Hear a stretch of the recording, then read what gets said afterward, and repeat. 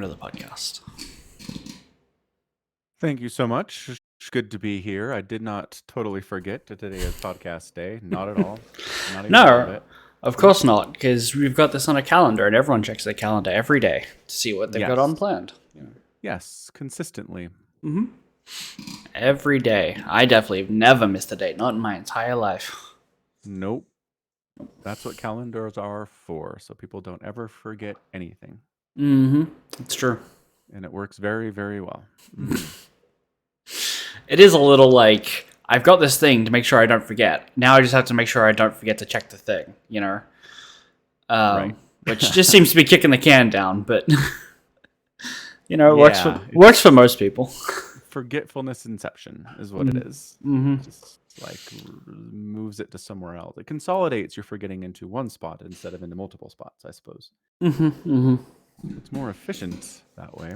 Well, it's putting all your eggs in one basket. If you then forget to that one spot, you then could potentially forget everything you've got planned.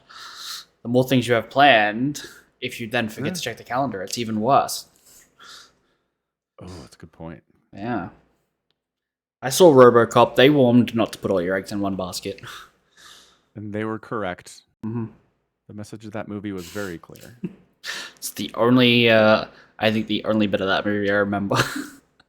Other than the fact that there's a cop who's made a robot, you know? Yeah, I was going to say, if you forget what RoboCop is, then I'm not sure what movie you watched.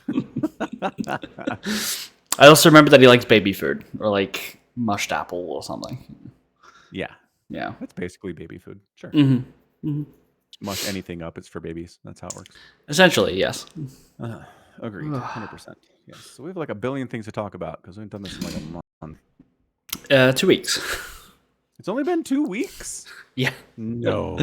Yeah, the last one was on like June 6th, which is 14 days ago. Oh man, why does it feel like it's been at least 3 weeks? Cool. I'll take it. Acceptable. Oh, yeah. So we had ESL Summer go. We did ESL Masters Summer. So finally got all through those regionals into the like actual main event, which feels like it took, I don't know, like 6 months for some reason. That might have. Every time we were like, what's going on with ESL? I was like, oh, we're still in regionals. What the crap? Yeah. Yeah. And then they had the final thing in just like 3 days, and they had 24 Protosses compete, which that's a lot. Which is hilarious considering the final 4. I mean, also the final 8. Yeah. Also funny. Yes. So only one made it to the final 8 and no further. But we got 3-0'd and like so Protoss won 0 games in the round of 8. That's insane. Poor Protoss. They're just not happy right now. No. No. But you know, maybe one of them will just figure out a strategy that lets them win video games again. They tried Mass Void Ray. They tried that all well again. Yeah, they're pulling strats from 3v3s. They've got real problems. Seriously. So on the knockout bracket, if you look on the Wikipedia page, it's like all these PvPs. Like all the Protoss knocked each other out. It's like Skillus knocked out Showdown, Classic knocked out Skillus, Classic knocked out Estrella. It's like, okay, interesting. That's 1, 2, 3, 4, 5 Protoss. I mean, there's Haas and Creator at the other end of the knockout bracket as well. But that's only like 7 Protoss out of 24. The rest of them went down in the open stage, I guess. I guess so. Goodness. Oh yeah. Bracket A had B, and Lambo beat Mana. This is where all the Protosses are. Okay. Lambo beat Hearthstone. DRG beat Hearthstone. Hero Marine beat Nightmare. Shadowin beat Nightmare, and then so that's how Shadowin got through. My goodness. Yeah, so Skellus beat Gerald. Showtime beat Christianer. Skellus beat Showtime. Yeah, there's a lot of like Protoss on Protoss violence here. Creator beat Petite Drogo. A Laser beat Creator. Hero beat Trigger. A Laser beat Hero. My goodness. Creator beat Petite Drogo. Creator beat Hero, and Creator got through. Yeah. Yeah. A lot of Protoss on Protoss devs there. That's amazing. Yep. So many Protoss there. Not a lot of Terrans in this open stage, except for Hero Marine, who does make it through. Yeah. Which pretty is impressive. the one Terran gets through. And then he gets 3-2'd by Spirit. Yeah. Yes. He gets sent home. Yeah. Mm-hmm. So, yeah. And then I think Gumio is probably the surprise of the whole thing, right? Like, Yeah, who had definitely. Gumio in their finals for any Premier events in 2023? Who had Gumio 2-3, up 3-2 against Maru, Right. and doing it with BCs and mech, you know? I did not. Gotta say, bingo card totally bereft of that particular scenario. And then, yeah, crazy. Then he beats Cure. GSL champion Cure, who hasn't done anything since then, but still. And when Kua made it, when Kua made it to the quarterfinals, I was like, "Oh my god, is this finally the time where Kua pulls out another victory and really reaffirms that he's actually a player I should respect?" And then, I mean, I respect him, but I just don't. I'm still never going to back him. No, me neither. Sorry, man. Like, sorry. Yeah. And then Gumio Cure 3-0 Solar, who did make it to the semifinal. He made it past the round of 8. Yeah, he made it to the semis, but by beating Dark. That's farther than he usually gets. He reverse swept Dark as well. ZVZs though. Again, I'm going to state my point that I don't respect ZVZ results. I don't care. I don't care who you beat in a ZVZ. It's a ZVZ. It doesn't matter. Eric freaking beat Dark like a month ago. I don't care. ZVZ's dumb. You should definitely watch at least Game 5. Actually, you should cast Game 5 because I think Solar Dark? For Solar Dark, yeah. Okay. Solar has Dark on the ropes for about 15 minutes and just can't quite kill him. And sounds about right. Dark plays like an incredibly cost-efficient game. That sounds like Dark. That's really what Dark does. It does. From what I've seen of him. For sure, yeah. Just 20 minutes of nonstop winning trades. Like, not big time, not like ever crushing, but, you know, just winning and winning and winning, and then he wins the game, and it's like, Right, but this was like him on the back foot doing it, though. This is like Solar at the gates. Yeah, even harder to do it that way. Yeah. Right. I mean, Solar kind of let him do it to a degree, because he's like, I'm on 3 bases. Am I going to take a 4th? Not until my main and natural mine out. Surely no. It's like, okay, you're keeping Dark on 2.5, so this technically works, you know. But it's like you have the whole map. You have the whole map. Just expand, Solar. For the love of God. Yeah, once. Like, we're not asking you to take the whole map. Just like one time. Maybe would have been enough, you know? Yeah. So Gumio 3-0 Solar, and then goes on to fight Serral in the finals, which, is anyone surprised Serral made it to the finals? Anyone? No. No one should be surprised that Serral makes it to the final of any Premier tournament at all, ever, because he's Serral. So. Yeah. I mean, interestingly, he did 3-0 Reyna, which, again, it's ZVZ and you don't care, but Reyna has historically been Serral's nemesis in these places. That's an excellent point. No matter how Clonfiesta ZVZ is, Reyna seems to have had Serral's number more often than not. Yeah. That's impressive. Yeah. No. Serral beat Classic. I cast one of those games. It's going to show up in a couple days here. And Serral went Broodlord Infester. Wow, what year is it? I know! That's what I said!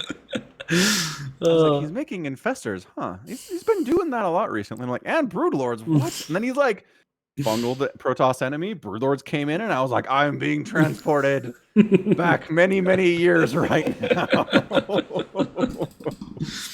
Yeah, that is one of the games I haven't seen, because I was at work, and I literally was like, oh my god, it's ESL, it's finally happening. And I'm like, okay, I'll listen to this while I'm at work, and I got to listen to Classic versus Australia, and then it was like over. I'm like, oh god damn it. So I was like, I will, Sunday after work, I'll stay up and watch the playoffs. It started at like 8 p.m. and I didn't get any sleep during the day. Like, I didn't even try. I was doing some stuff with Aki, playing board games. And so I'm like, all right, I'm just going to try. And I made it to like 2 o'clock in the morning. And so, which means I've been up for like 24 hours at that point. But basically, Serral Classic, then Solar Gumio, Reyna Serral, Gumio Serral, I just didn't watch. and I slept into like 11 a.m. I'm like, I've never done that in the last 12 years, probably. Wow. So, mm, so I was trying to catch up and watch those games this morning, but for whatever reason, YouTube's just like, we're gonna stutter every 30 seconds and like make you really? buffer. And I have no idea why, because we just upgraded our internet service, Yeah. and like now I get 800 down. Like I have real internet now, and YouTube won't stream a 1080 video. Does it correlate when you got great internet? YouTube is just like, nope. Not really, because if I put on a like, I've also been watching just like a ton of John Oliver, put him on the background while I play video games, and it'll stream that fine. It doesn't buffer on that, and it's also 1080. It's just whatever reason. Yeah. Today it's being a dick. Yes. What kind of speeds do you get if you speed test it? If I speed test, I get like, at the moment. Yeah. Let's try. Well, this can only go well while I'm streaming. Is your roommate No, playing online PlayStation? Nobody's home. Nobody's home. So I'm getting 834 down. Yeah. Uh, Okay, it makes no sense that YouTube should be struggling under any circumstances. It honestly needs like 5 to give you 1080p smooth streaming. 5. Yes, I'm aware. Okay. So, Time to complain to YouTube. Clear your cookies. Clear your cache. Yeah. Turn it off and on again. I was like Googling like, why is YouTube stuttering, and I submitted a feedback report with like a screenshot of the because if you right click on a YouTube video, you can get stats for nerds, and it will show your connection speed, your network health, and then your buffer health. And the network is like accurately showing that I'm getting a ton of bandwidth, and then the network is like, yeah, we'll do like a kilobyte here and there, like, and it's literally stop, start, stop, start, stop, start. And so I sent that report, and I was just Googling for like, why is YouTube stuttering or buffering all the time? And like one of the top results was, your ISP may be throttling them. Why would your ISP give you a gig down and then be like, no, YouTube bad? Probably because they have their own streaming service, and YouTube is a competitor. Do they? They might. I don't think my one does, but it's... I guess Google's an ISP and they have YouTube, so it's not impossible. Yeah. But like the Australian internet broadband network is like half owned by Telstra everywhere, which is Australian Telecom. And basically they've got their own streaming service, Binge. So most of the other ISPs, which are not with Telstra, rent out their portion of the network from them. Because it's like really, really expensive to just build new pipes and stuff, and new wires. That's been a problem in the US too. Yeah. So they just like rent out the network, and who knows what's happening on their back end then. If Telstra's like, nah, fuck you, buddy. Good point. Good point. Yeah, it's a mess. Right. Totally Life is a mess, and I don't like it. Just let me watch my StarCraft. Life is pain. Yeah, that's all. Huh. Yep. How did you get there? I was trying to catch up on this. Trying to watch ESL, right? Yeah. Sorry. Yeah. Which is weird. Again, annoying, not weird. Like, they don't stutter Twitch, because when I was watching it live, it was fine. Yeah, I got nothing. It's a specifically hating on YouTube moment here. Hating on YouTube at specifically this hour as well, because yeah, doesn't do it all the time. Yeah, it's pain. It's pain. I don't like it. That's my complaining done. Fair. Anyway, congratulations, Cyril. Way to go. But I mean, I don't know. It's a little anticlimactic to take down Gumio here, but you know, you can only beat the people in front of you. So it's true. Fair. Although I don't know. What happened to Hero? Hero's someone I expected to make it. Hero got knocked out in the open stage by Classic, I believe. Oh, PvP Clown Fiesta garbage. No, he got beaten by Creator. Excuse me.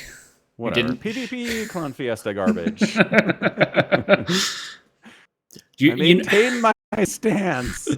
It's true. I cannot tell you one thing that is different between Creator and Classic. Can you name one difference that they have as players? Yeah, I can. To me, it's like generic, pretty good Protoss Pro player. The end. That's what I have. I mean, what's the difference between creator and hero then? Like you said, you're expecting hero. Hero did hero style PvZ and like totally revolutionized the matchup. It started taking matches off of elite Zerg players with a style no one had seen before. I expect him to give somebody like Cyril a good match. Right, I do not expect Classic or Creator to really do that. Hero redefined Protoss like 10 years ago. Like, what's he done since? Fine. He won 2 GSLs last year. 2. Did he? I think so. GSL Code Season 2 last year. You won 1, and you won DreamHack Masters Atlanta. So I'll give you that. All right. But So that's why I expect more from Hero than I do from either Creator or Classic. You know, this wouldn't be a problem if Max Packs would just show up to a LAN. That's the thing. I had someone on my channel the other day be like, Max Pax is going to win the next World Championship. Like, he'd have to show up first. Seriously, like, he won his spot and then forfeited because he's just like, I'm not going to do it. Which is, he was replaced with Reyna, and Reyna goes to the semis.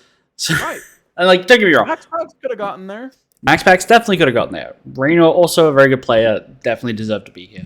But I feel like at the next EU regionals for the next whatever event, whoever gets to the finals and you know you're facing Max Packs, just forfeit. Just refuse to play the games. Give him the win because he won't go on to the next major event. You'll get seeded through anyway because you'll be second. You might as well save the time. Hide your builds. Make a point. Yeah, you know, just be like, what's the point of playing you in the finals if you're not here for the whole thing, you know? I think it's... I do have a problem with it.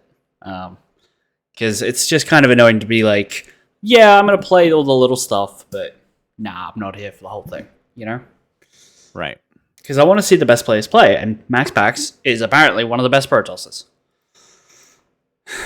He is. I cast games with him. I watch games with him. He's great.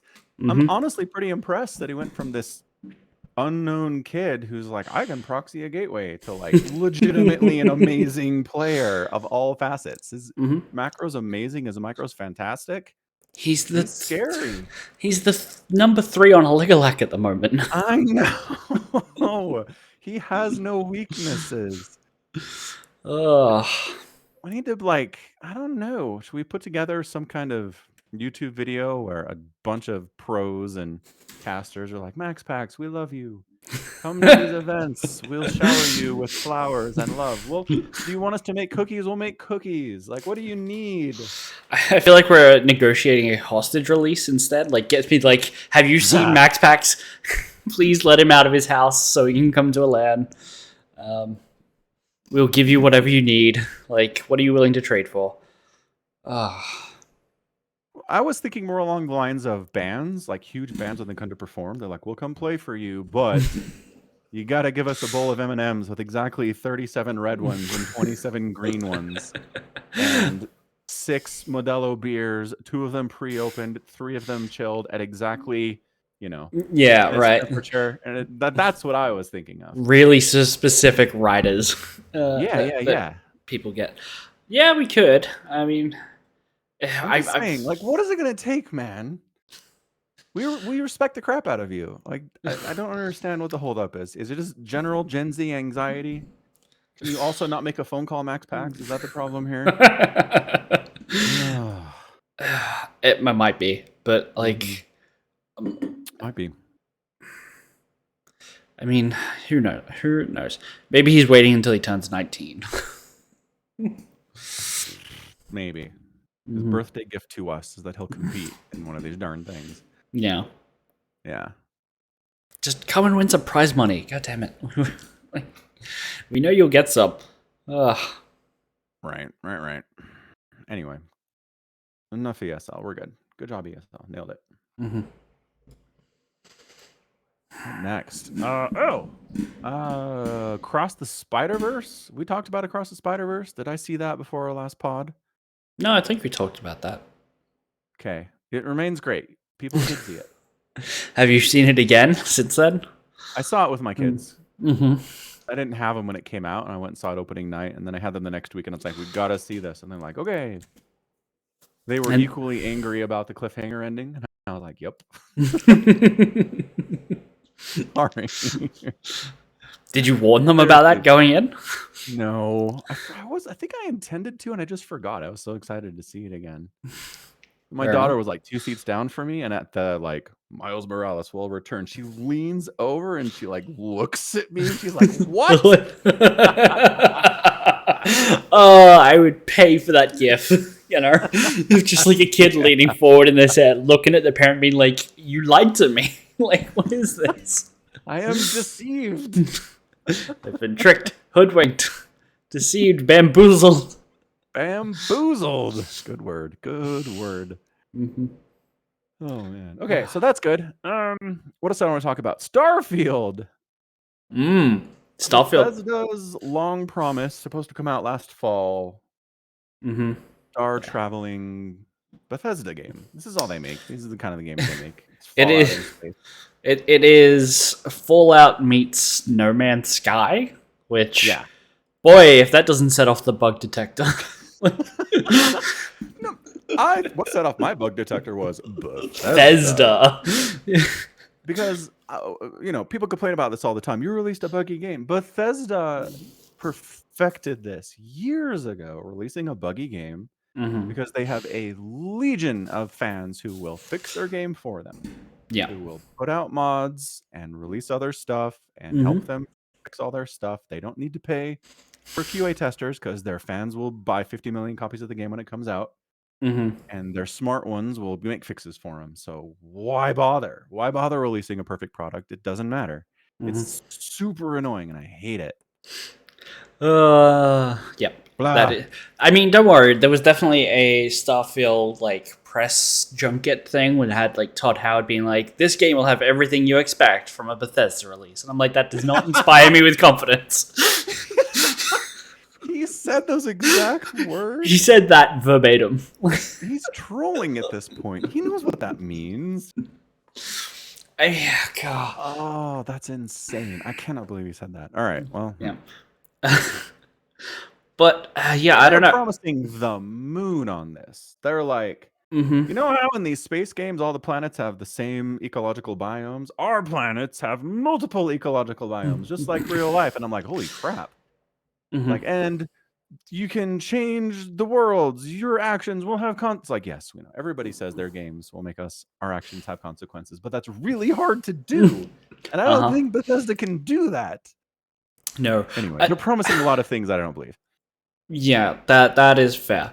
Like, I saw the that they were like touting that you can play the game how you want to play, and I'm like, well, okay, sure, but what does that mean? They're like, well, you can just go around from planet to planet doing stuff at like the pre-rendered built environments and like get the story or whatever narratives going on here, which apparently the planet, like the buildings that will pre-populate our planet, because the planets are random, but so it'll just throw random buildings on and be like, what story is in this building might be on different planets for people, so everyone gets a unique experience. But you can also just be like, I'm going to build a base here and set up automated mining and resource gathering. And I'm like, but why?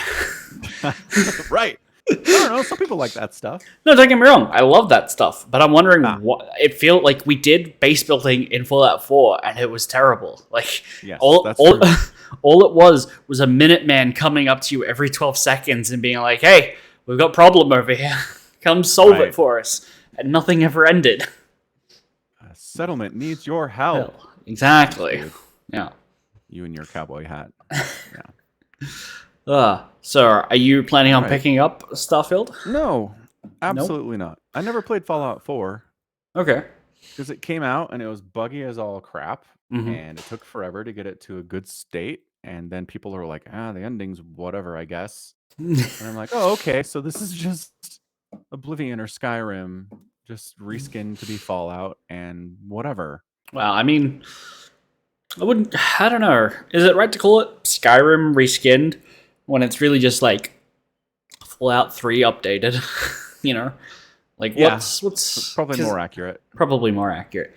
But yeah, it's all the same engine. It's Like, it's not a new essentially, engine at all. So yeah, yeah. yeah. Uh, I don't know. I mean, I do really like the idea of an mhm, action RPG, mhm. It's the open Mass Effect world. promise.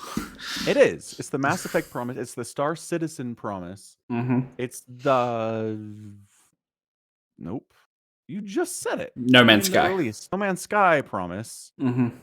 And it's really hard to do. And no one has delivered on it because it's hard. It is incredibly difficult to do. Yeah. Hmm. So do I think Bethesda's the one who's going to do it?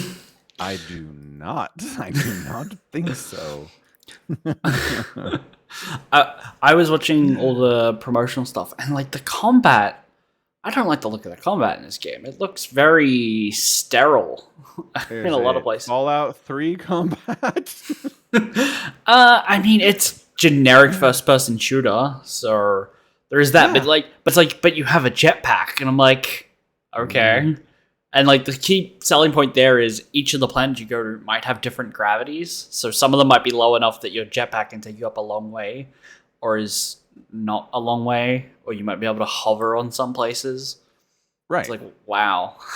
Right. But again, no one's really done that. That's the thing. Everyone's planet has the same gravity and it's all the same biome. And for them to be like, we recognize this is a problem, we're going to try to fix it, is like, okay, that's admirable. Do I trust you to pull it off? No. I don't. The biome thing. Like, so if we look at Mass Effect, you can go to different planets, but the reason why they only appear to have one biome is because the part of the planet you can explore is very narrow, right? Because Mass Effect is not open world. Because No. Mass Effect is branching hallways. You can go down this hallway and then come back. And then go down to this hallway and come back. Well, it's not open world. I forgot about Mass Effect Andromeda, which is open world on the planet. Crap, it is. I didn't play Andromeda. I forgot it existed. But I don't. They do multiple biomes per planet? I don't think so. Or if they did, it wasn't a huge shift. It was like you're in a desert now. You're in a cave in a desert. You know. Yeah. Well, I mean, I blame Star Wars for this entirely because Star Wars 100% does that. This is a jungle planet. This is a desert planet. This is a water planet. This is a city planet. And it's like, okay, this is not how planets work, George Lucas, and everyone who's writing for it now. We don't have to do it this way. Do you know who else does that exact same method? Warhammer. Every single planet is like, this is an ice planet. This is a shrine planet. And like, some of that I'll allow because like, when you have cities that cover the entirety of a planet, it's like, okay, yes, your biome has to be city because you're like dystopian horror. But right. And if your planet's far enough away from the star it orbits and it's super cold, fine, it's a nice planet. I get it. But they don't all have to be singular this way. Right, yeah. You can you can tell a story on a planet and have the story move to different biomes for your purpose. You don't have to like jump subsectors to find a jungle planet to have a jungle romp, you know? Right. Ugh. Right. Yeah. Crazy. Yeah. So yeah, part of me is like, I would like to see this promise fulfilled one day, and most of it is like, Bethesda will not do it. No. Probably But not. also, Star Citizen certainly won't. Well, it might in like 20, 30 years. I don't know, man. You might not live long enough to see it. Right. So many people have... There have been hundreds... How many people have died after buying the like $50 base Star Citizen game, right? Oh, I bought it in 2012. Okay, so first we need to look at how much Star Citizen has raised. $500 million. That's been on Reddit over the last couple of days. They've been really hashing that out. Because they're more than the development of like Last of Us Part 2 and Grand Theft Auto 5, like, and just like 4 other huge budget games. It's just Star Citizen is in the money in a way that no game has ever been. Well, yeah. When you say in the money, do you just mean in development costs, or is in like raising money? Because Rockstar was very much like the cash shop in GTA 5 has made us $2 billion. Right? Right. I mean, yes, money it costs to develop and release the game. Okay. That's what I mean. Yeah. Not microtransactions, because that's a different Well, a lot of this is microtransactions. A lot of the funding for Star Citizen is them figuring out microtransactions before they release the game, which was genius and evil. Yeah. So if they've raised $500 million, and let's assume, even though it's not true, that everyone purchased a $50 ship. It's supposed to come with, you get a ship and it gives you the single player campaign. Okay, let's fair. That's 10 million people, right? Yeah. And so I just looked up how many people have died today, and Worldometer has like a running track. 31 million people have died today. Right. Which, so most if you... of those are like over 80. right, no, but I'm just looking for averages. So if we say 31 million people die every day... Right. And I mean, I don't know. I think more of their money has come from these people who've paid $5,000 for a ship that hasn't been built yet in the game. So it's tough. I don't think this is all 10 million people buying a $50 base package. I was doing the math, and I'm like, okay, that doesn't work out if 31 million people died today. It's 88,000 people that died today. It's 31 million is the year. Because I did the math. I'm like, the game was announced 12 years ago. So that's 13.5 billion people died. And I think that's greater than the population. So yeah, that was wrong math. Math is hard. Yep. Yep, math is hard. But statistically, hundreds, thousands of people have died who bought in at whatever tier they did, and will, and have died without seeing what they paid for. Yeah. Yeah. But I mean, yeah. That can't be a new phenomenon, though. People die after backing Patreon or Kickstarters or, pre-ordering a CD or some shit, right? That's not new.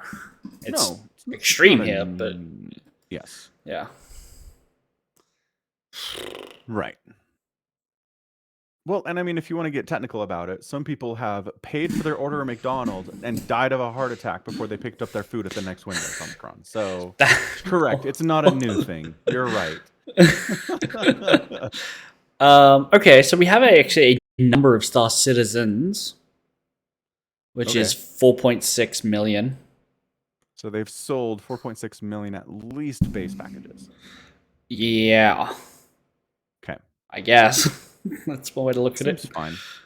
Yeah, so I don't know. It's at least hundreds. It's probably in the multiples of thousands of people that have died of a heart attack or got killed in a car crash or went to the military and died.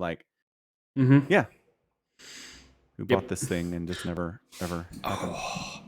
Is 6.9, how many did I say? 4.6 million people enough that somebody has been murdered for their Star citizenship? Specifically to get their account? Yeah. Oh, is that narrow enough? And is that such a broad number of people? Is that possible? What are the odds? I feel like we would find out.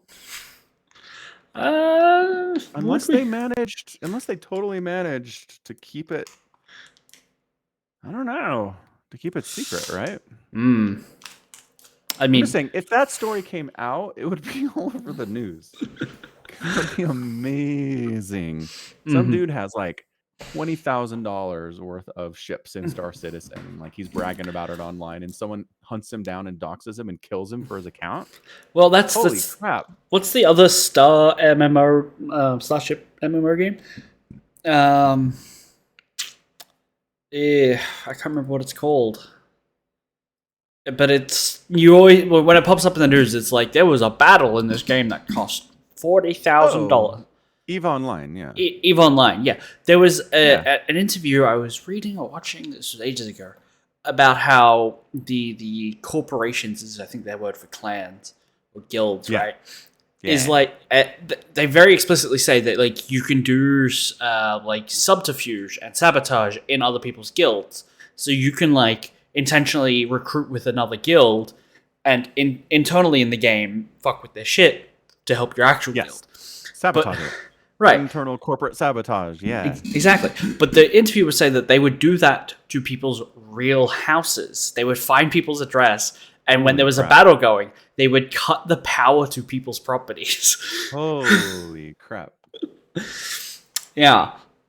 Which is a little extreme, but is kind of where I was drawing my, like, well, if people will invade someone's home to do sabotage, how much further would they go, you know? Yeah. No, absolutely. Without a doubt. Mm-hmm. Yeah, EVE Online people are Intense. crazy. They're on the crazy spectrum. Mm-hmm. Yeah. Yes. Yeah. Aki says she misses enjoying it. So yeah. Mm-hmm. And a lot of people probably have that same experience. Anyway. I don't have the money to play that game. Yeah. One thing I just can't get past with the Bethesda too is that they still have the thing where if you talk to someone, it like zooms you right up to them and their faces are right here. It's like Right. that is such a Bethesda thing. They've been doing it in every game for 20 years now. Mm-hmm. It's like, can we get into like the 21st century? Can we like do talking like other games do it? Why do I have to give all of my attention to the person who's rambling about something? Yeah, It kind of freaks me out, to be honest with you. yeah. I forgot it does that. I forgot Bethesda games do that mode of conversation where you're 15 feet away and it's like, talk to this person. And the game's like, all right, bro.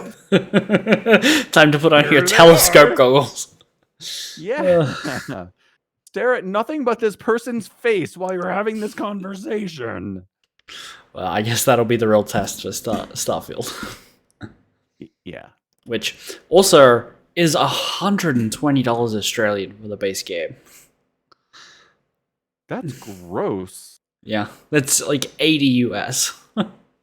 Yeah, that's Yeah. also gross. I like how the video game industry spent 40 years being like, games are $60. And all of a sudden one day they're like, actually, inflation does exist in the video game industry. And it's like, oh, darn it.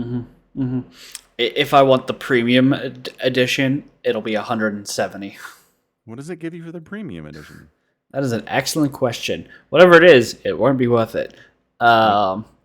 The Shattered Space Story expansion upon release, so I won't even get that immediately.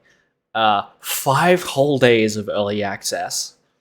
The Constellation skin pack for a laser rifle, spacesuit, helmet, and boost pack, which I assume is your jetpack. And then the digital art book and soundtrack. You don't get a jetpack unless you pay the... No. You get a skin for the jetpack. Oh, okay, fine. Yeah. So it's 69 for base and 99 for premium. That's... You're getting jacked. You're always getting jacked on everything in Australia, I've decided. Mm-hmm, it's true. Yep. There's Warhammer 10th edition is coming out soon, and they have a new box, which the boxes for new editions are usually great ways to get into the game because they bundle a whole bunch of units, and you usually get a deal on it, and you get 2 armies. So the idea is that you can build and paint 2 armies, and someone comes over, you can be like, hey, you can play this army, and we'll play, and then you'll infect someone else. Or you can split the cost and with someone and both go in for it. That's cool. The problem is they sell out almost instantly all the time because scalpers exist. Anyway, the Australian store, you can still pre-order the box from the store if you wanted to. But it'll cost you $420, where it's like £130 in the UK. And that's the funny number, too. Yeah. You need to move. You need to get out of your country that hates you so much. It's not my country that hates me. It's everyone else who wants to do business here. They hate me. I don't think Bethesda's like, hey. You don't think Bethesda sets the prices? Steam Australia. Could you sell our game for $1 million more than it is everywhere else? Thanks, guys. We appreciate it. But that's what they're doing. They set the price. Every game company does this. They all just collectively decided to middle finger Australia gamers. Yeah, because they know they can get away with it.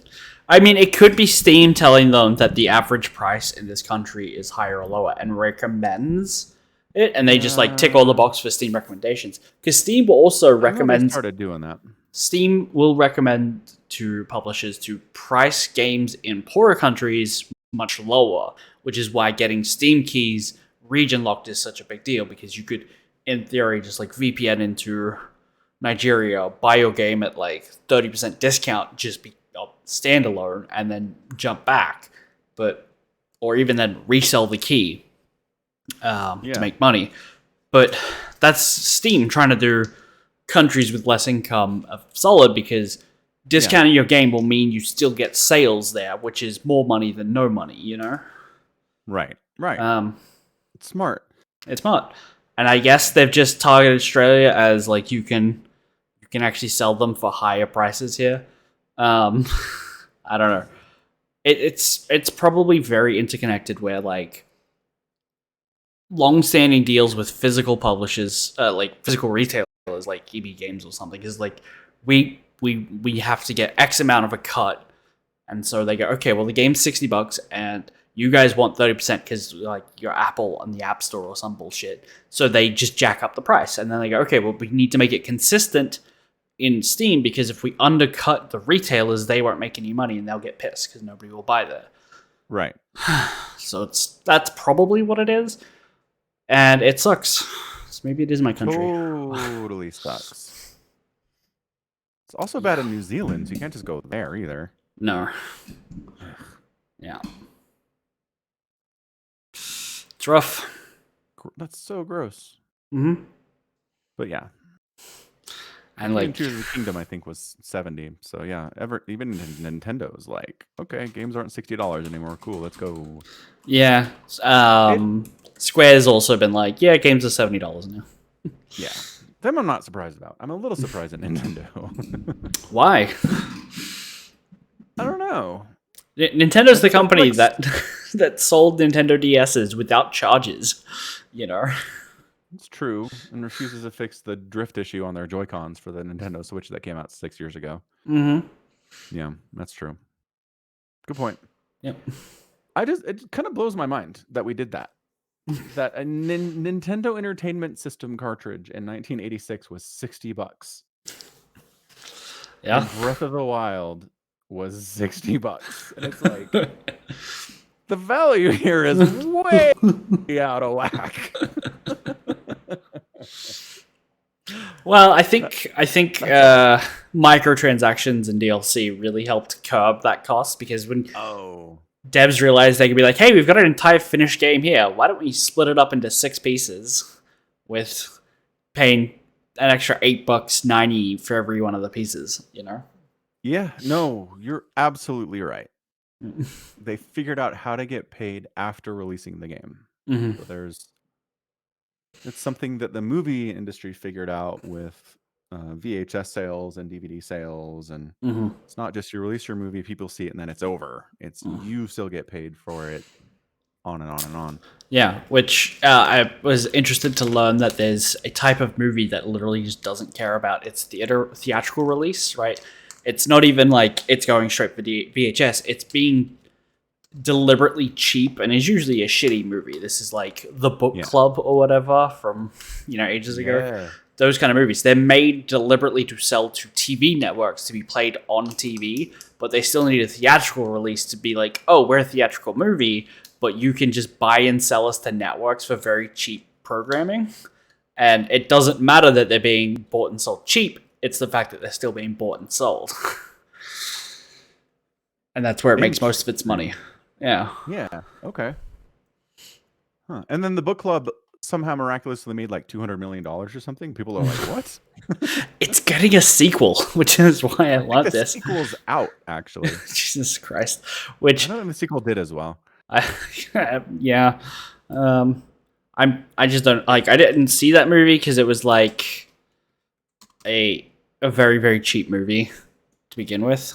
Yeah, well, apparently the audience was old people. Yeah, that's like the joke of the movie. It's like they're old, but they talk about sex, right? Because the book they were reading was cross-promotional with 50 Shades of Grey. So, because it came out at the time, like the second or third movie of that came out. Yeah. And so that was their entire punchline, Okay. That these people are Like, old, but haha. they still have lives. You know. Yeah. Yeah. So old people are like, yeah, we still have lives. Let's support this movie. And it has all these like super old school Hollywood legends that are all 80 years old now. Right. Like Diane Keaton, who Yeah. I like in the video I was watching about this movie.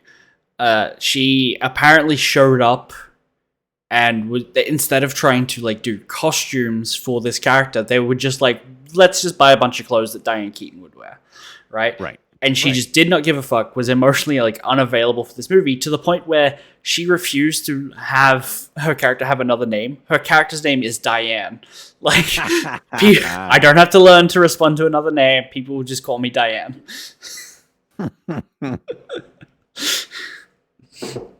That's great. It's like Yeah. Michael Douglas is in there. Mm-hmm. Old people. It's like us going to a movie with friggin' like Chris Evans and Scarlett Johansson in 50 years and being like, yeah, these were our movie stars. I remember these people. Yeah. Yeah. Yeah. It's like, oh, the nostalgia. Great. Yeah. So the book club, the next chapter, made $27.4 million at the box office. Yeah. Which is not a lot. Nope. But that was the intent with the first one. It's just a complete freak. The Yep. first one made a ton of money. Hilarious. Yep. Yep. Oh, good times. Good times. Yeah. Yeah. And then part of the writer's strike that's going on right now is the fact that determining how to pay people for their work for stuff that goes to streaming services is still like up in the air. Oh god, yeah. And I saw an article that Disney is going to make more money from Disney Plus as like a tax write-off by delisting its own shows than it will in subscriptions. So apparently it can delist its shows, claim they didn't make any money, and then use that as a tax write-off. We live in a crazy timeline, man. That is wild. It is crazy. And the big reason you can do that is because the numbers are internal. Mm-hmm. You can tell people that 4 people watched your movie that you put on Disney Plus, or you can tell them 400 million people watched it, and everyone's like, "Yep, sure." We can't double check that. We'll take your word for it.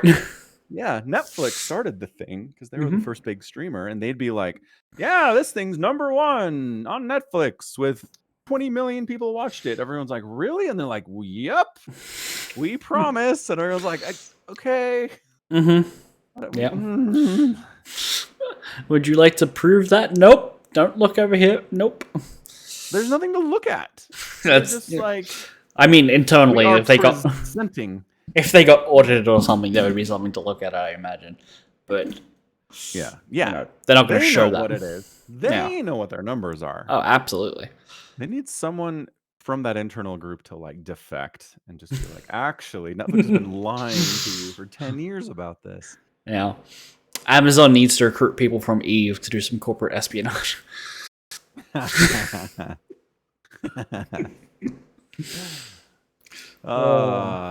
Crazy stuff. Mm-hmm. Yeah. Yeah. What else? Oh, have you heard about Kick? New streaming platform? I've heard of Kick because I saw someone on Twitter who was like, "Oh my god, Kick just poached XQC and Amaranth within 24 hours." And I'm like, right. God, I'm having deja vu with Ninja and Mixer. Like, it's like, wow, that'll secure you. Just get some big names, and in 5 years, you definitely won't be defunct. And on the one hand, I love watching this stuff kind of crash and burn and being like making a big deal that they, got Amaranth like I give a shit. But on the other hand, I'm like, well, this really just shows how much of a monopoly Twitch and like YouTube have in their own platforms, Just like, nobody compete. It's super expensive to start their business, and the people that do go out of business almost immediately. That's sad. Right. So somebody put a video about it in the Discord server, and apparently it's this Saudi group. Okay. So the Saudis in general got super ultra mega wealthy from oil sales over the last 40 years or so, right? Yep. They realize that train is ending, Okay. so they're trying to diversify, right? Mm. Mm-hmm. So one of the things they did is they started their own competing professional golf league Okay. from the PGA Tour, which has been Okay. around since the 80s. Right. And that was there's a whole kerfuffle about that, Mm-hmm. that these golfers were like playing for the Saudis and just taking a big paycheck. And like, there's this whole thing about how the Saudis are super involved with the 9/11. So like, these American golfers are like betraying their country by playing for this team. And it's like, I don't know if I'll go that far. That is some low-key racism there, guys. No, it's not. I don't know that it's racism. Mm, I mean, I think. I mean, the Saudis definitely trained and funded the 9/11 attackers. So like, they were involved. Right, but at the same time, the US sold arms to the Saudis and the Iraqis and stuff. So like, Yeah, it's all it's all a big mess, and critical. you're just finding points and reasons to be like foreign people bad. You know, Kinda, yeah. that's kind of how that feels. So then what happened was the PGA Tour sold out and got bought by this Saudi group. So all of professional golf is run by this Saudi Arabian golf organization, and everyone is freaking out. Is that recent? Yes, that's like a week ago. Oh, okay. The golf world explode. The reason I know about this is because I don't listen to golf podcasts, but it wormed its way onto other sports podcasts. It was such a big story. Mm-hmm. Yeah. Made it here. So, yeah. Huh. Fair enough. Well, that's interesting. So that's part of what's going on here with Kick, is that it's Saudi Arabian investors trying to diversify, trying to get newer sources of income. So they start a streaming platform. It's really gambling heavy because Twitch doesn't allow that. So they're like, we'll get people to come over because they want to do gambling streams, and Twitch isn't okay with that. Neither is YouTube, really. Mm-hmm. And so yeah, we'll throw $20 million at QXC and at Amaranth and get them over. And the difference here is that I think Microsoft had a leash on this. Where Microsoft, after 5 years, if they hadn't blown up, they'd be like, we're done. Right. Whereas I don't know if these dudes, I don't know if they care. They kind of have infinite money. They'll money sink until it works. Like, it doesn't matter if we take a $2 billion profit in the next, $2 billion loss in the next 5 years. We'll just stick around long enough that it'll work, you know? Right. Which, I mean, let's okay. So Saudi's buying Amaranth is interesting because, I mean, one, she's made her entire online persona about the fact that she is available for money. Which I am too. Saudis, if you want to buy me, I'll wear a bikini and get a bathtub for you. Right. I'll take 20 million for that. On the other hand, Saudis have very poor women's rights in their own state, so being someone who's like openly flaunting that is interesting. That is an excellent point. I had not considered.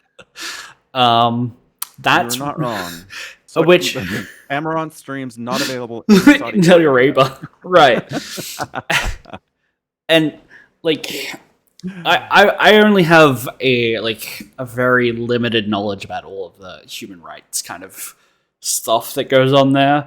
But when I've read articles that are like, Australian woman imprisoned in Saudi Arabia for having a drink, you know, for drinking alcohol in public and like getting raped, and they said, well, you shouldn't have been an unmarried woman out of your harem. I'm like, well, that's pretty fucky wucky. Like, I don't like that. You guys can go fuck yourself. And I pretty much just was like, I'm never going to go there.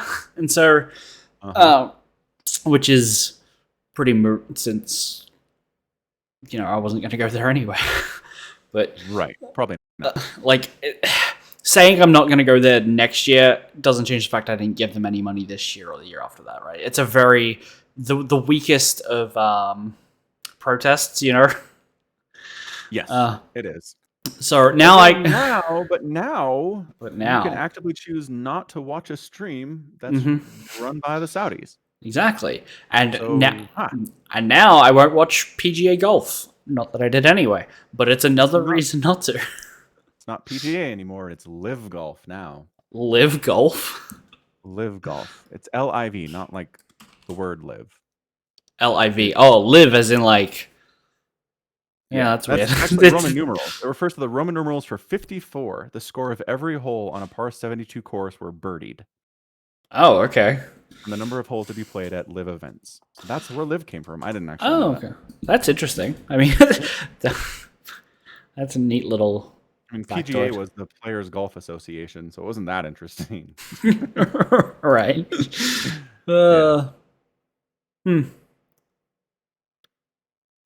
Yeah. So now you can actually take a stand against Saudi Arabia instead of just like pretending to. Yeah. Because you never had the opportunity. Yeah, I would say that I would never watch an Amaranth stream, but when like the hot tub stuff was like first kicking off, I did like go through and be like, all right, let's see, is this really what people are saying? And I was there for about a minute, right? And I'm like, okay, I think I get it. And then I had like because everyone just gifts subs. It's like, hey, you received a gifted sub. So it's like on my permanent Twitch record that I had a Amaranth sub at one point. I'm like, oh, I can't get rid of this. That's nice.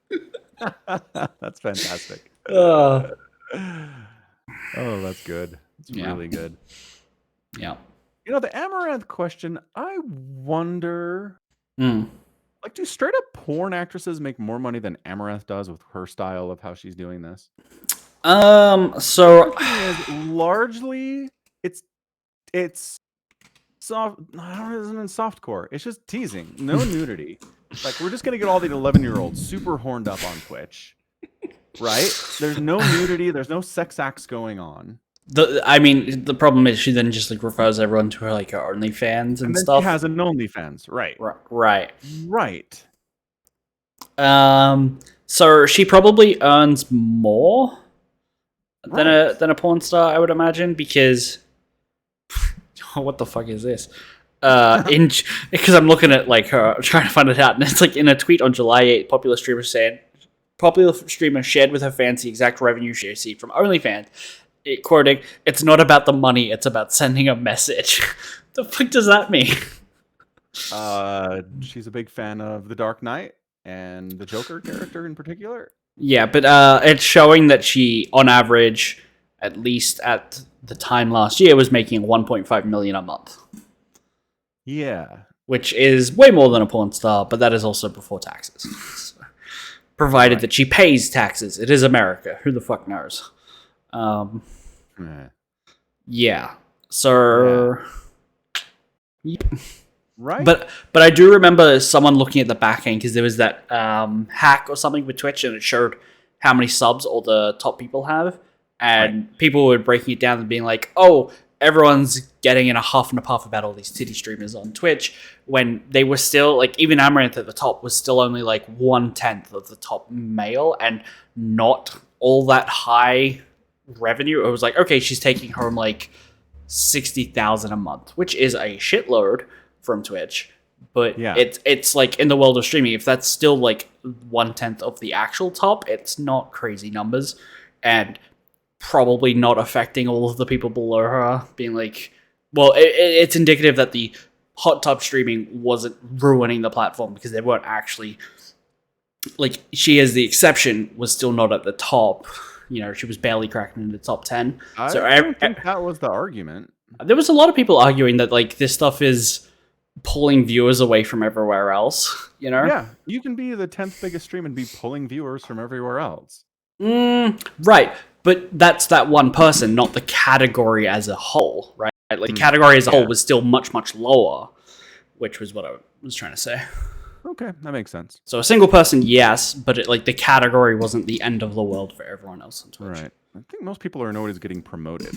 Like, why is this getting promoted so heavily on Twitch? Why? It's not making Twitch a ton of money, obviously. So what's the point? What are we pushing? Because it makes a lot of articles about Twitch, and that pulls in more money. It's free advertising. Yeah. Fair point. Gets more 12-year-olds on board Twitch. They can't be on Twitch. It's against terms of service. The There was something about that on Reddit the other day. It's like there are way more 12-year-olds here than I thought. Someone's like, "Yeah, I've got a 10-year badge and I'm 20." It's like, ugh, Jesus, that's not buddy. great. Yeah, no, thank you. Yeah, Ugh. no, bad. Yeah, any parent that lets their kid hang out on Reddit is just like, you're doing it wrong. Mm-hmm. Any social media, but like especially Reddit, don't be on there. I think if the parent, if Twitch had proper parental controls and the parent was taking an active interest, I think you could curate a Reddit experience for someone younger. That would be still not great, but better than like 4chan, in my opinion. Better than 4chan is the lowest bar in the history of this entire thing, Somicron. Right, but better than taking your kids to a strip club is better than 4chan. Like, come on, man. My point still stands. No, it does not. It's a terrible point. No, it's that Reddit is not. Use something else. Use something else than 4chan. 8kun. Your point is null and valid. It's no. I think that's valid on a technical. As a parent of children, if you say you can set up a Reddit experience for your kid, if you know what you're doing, that makes it better than 4chan, I'm gonna say thanks, but no thanks. That's the dumbest thing I've ever heard. I don't understand. Are you defending 4chan here? No, I'm saying 4chan is the bottom of the barrel. You know, what I don't want my kids to be involved with. For all of the reasons. All of them. The entire spectrum of reasons that I don't want my kids to do stuff online. Right, but eventually, at one point, they'll have unfettered internet access and they'll go looking for things. And I think, you know, you can't say your original comment, which was Reddit is the worst social media experience your children could be having. They shouldn't have any, but Reddit would be the worst. I think 4chan would be worse. Did I say the worst? I did not intend to say the worst. Fair. That was my point. I was wrong. That was my point. Okay, deal. I think it's. What's the quote about evil? Less of middling grading. Social media is social media. You know. I don't know. I'm just saying. I don't think kids should have any of that stuff. I don't think I should have any of that stuff. Every now and then, I'm like, should I just turn off Twitter? Should I do that? Like, is it time for that? Right? You know? Right. Mm. Actually, as a quick tangent, I guess before we go, I was listening to a podcast about how The Flash made like $50 million over the weekend and has a budget of about $400 million. And it's like, oh boy. Yep. So someone put out the theory that Hollywood is paying attention to the wrong things in determining what demand there is for movies. Okay. So based on the fact there was a lot of tweeting and a lot of articles being written about The Flash, they thought that meant there was general consumer demand for The Flash.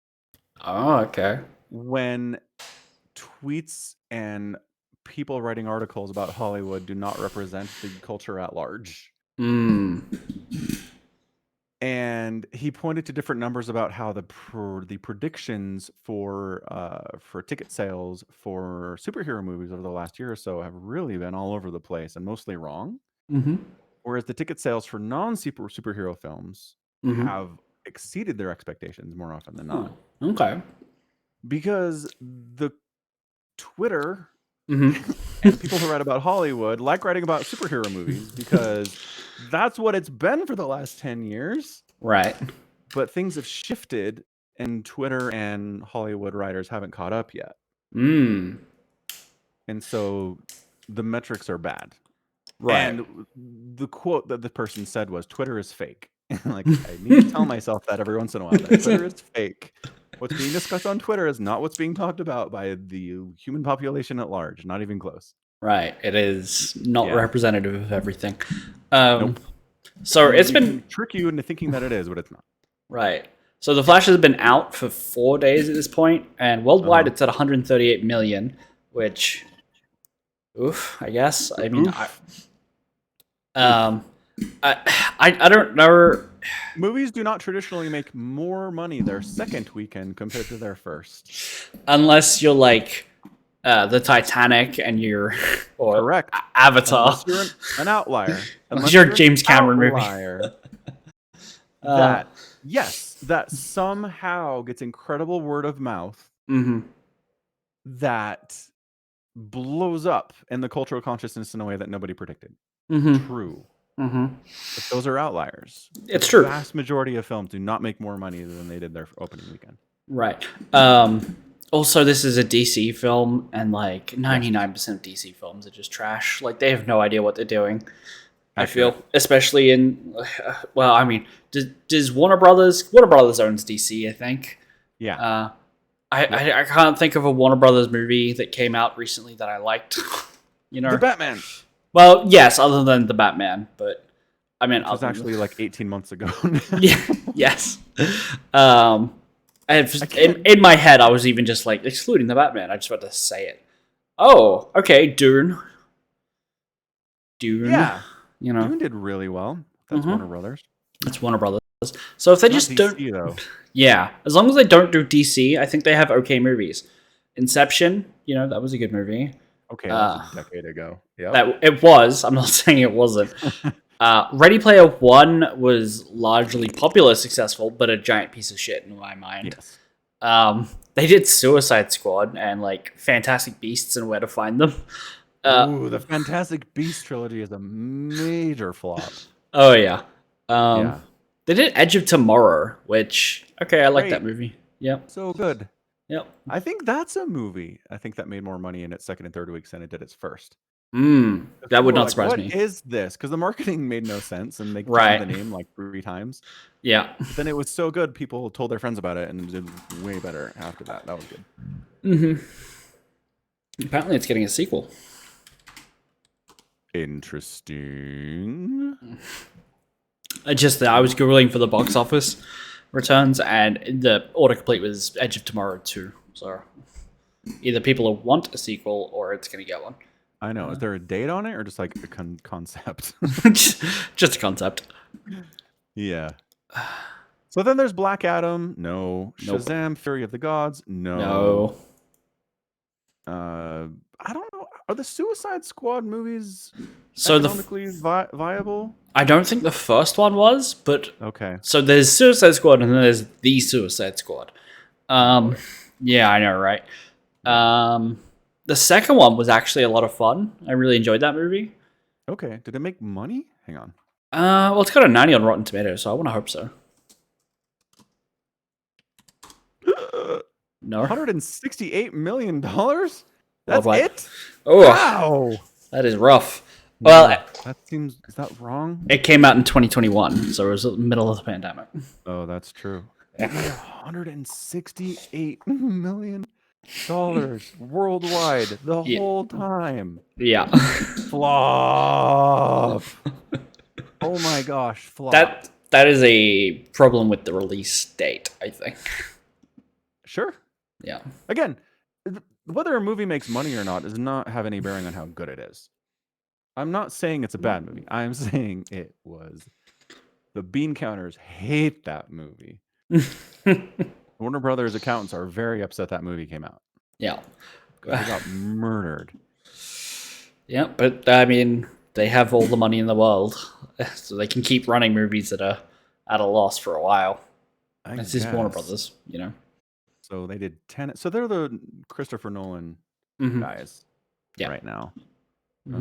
Oh, they did the Lego Batman movie. That was good. Well, did you see the Lego Batman movie? That was great. No. I haven't seen the Lego movie either. Have we had this discussion? Are you just anti Lego animation? Yeah, I'm okay, there we go. I know you're not anti all animation. No, I'm just not particularly pro Lego. Okay. And Spider-Man apparently. I will see that. I'm waiting for that to come out on streaming. The Lego movie and the Lego Batman movie have been out forever, and I still won't see them. Lego Batman is.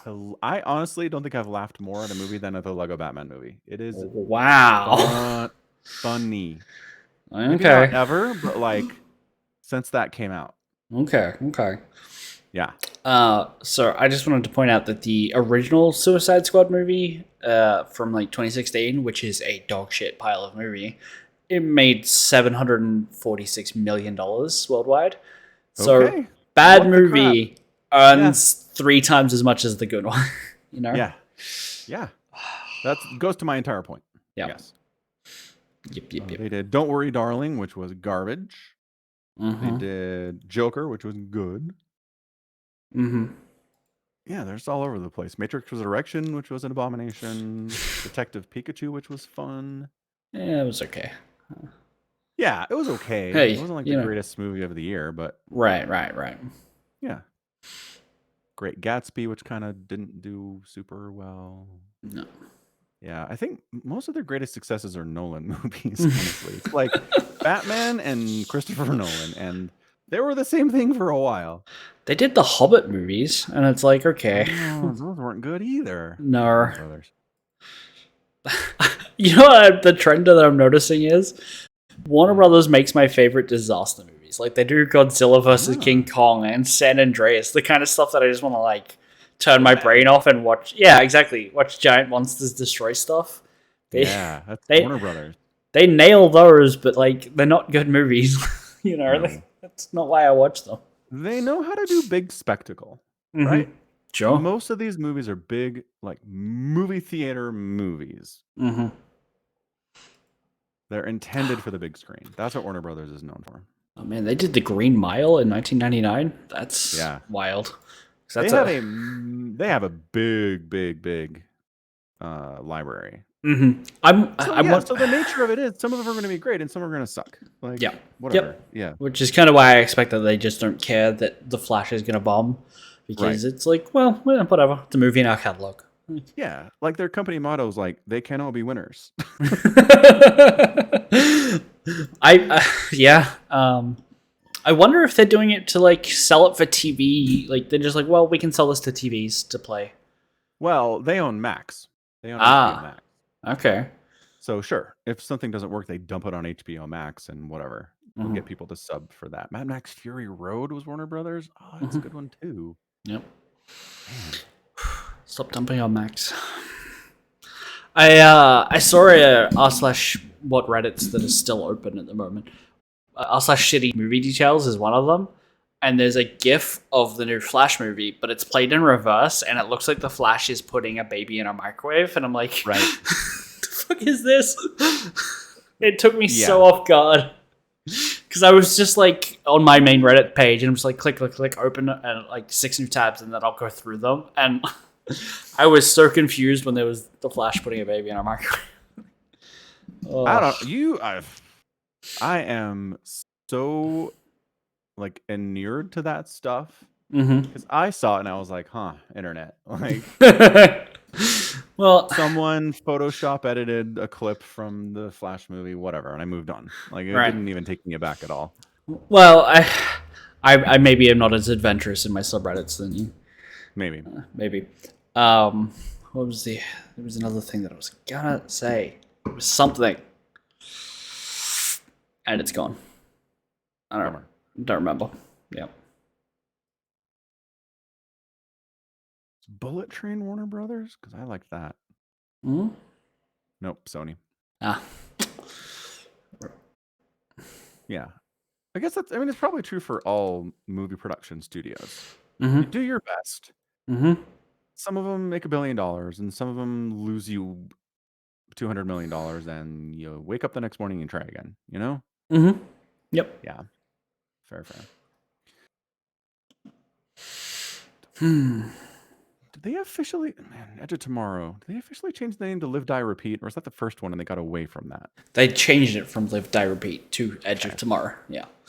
All right. Yeah. I don't know that it needs a sequel. It's a contained movie. For sure. There's an alien invasion. It's really creative the way it's working. They defeat the aliens. The end. Like, okay.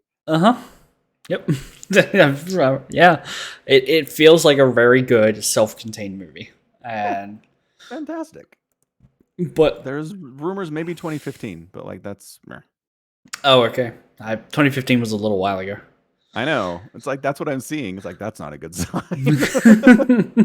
Rumors about it coming out in 2015, 10 years ago, and it never happened. Right. Yeah, I don't know, man. Maybe the problem is they need Emily Blunt and Tom Cruise to show up, and like they're both pretty busy. Yeah. Maybe. Yeah. Who knows? I don't know. That's who. All right, good. I think that's it. Wrap it up. I think that's about it. Okay, cool. Well, thanks for hanging out for another edition of the Falcon Paladin Hour at twitch.tv/Somicron. We're here every Monday evening or Saturday morning if you're in Australia. It's Tuesday. Did I say Saturday? You sure did. It's never been Saturday. You might be thinking of the stream. Maybe. The Twitch stream, Yeah. the StarCraft stream, that's the one. That's what I was thinking of. Anyway, Tuesday morning if in Australia, and in between is in between. You can support the podcast at patreon.com/Somicron, also at falconpaladin.store by buying merch. And until next time, as always,